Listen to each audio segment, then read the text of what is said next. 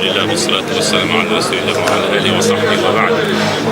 نقول لإخواننا نسأل الله سبحانه وتعالى أن يتقبل منكم جهادكم ويتقبل شهداءكم ويشفي جرحاكم.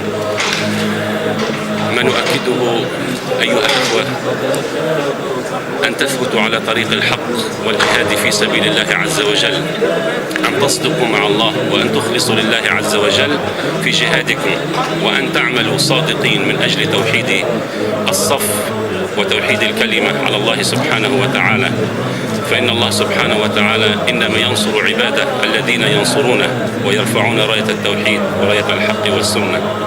نقول لكم جزاكم الله خيرا على ما قدمتم وعلى ما بذلتم وعلى صبركم على ما أصابكم. أنتم قد أعطيتم القدوة الطيبة والنموذج والمثل السامي في عصر انتشر فيه الضعف،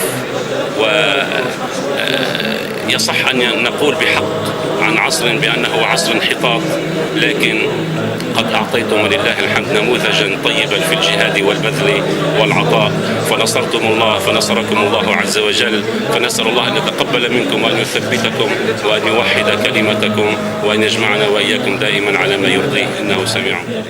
والعدا ترنو إليه تغتلي حقدا وقهرا.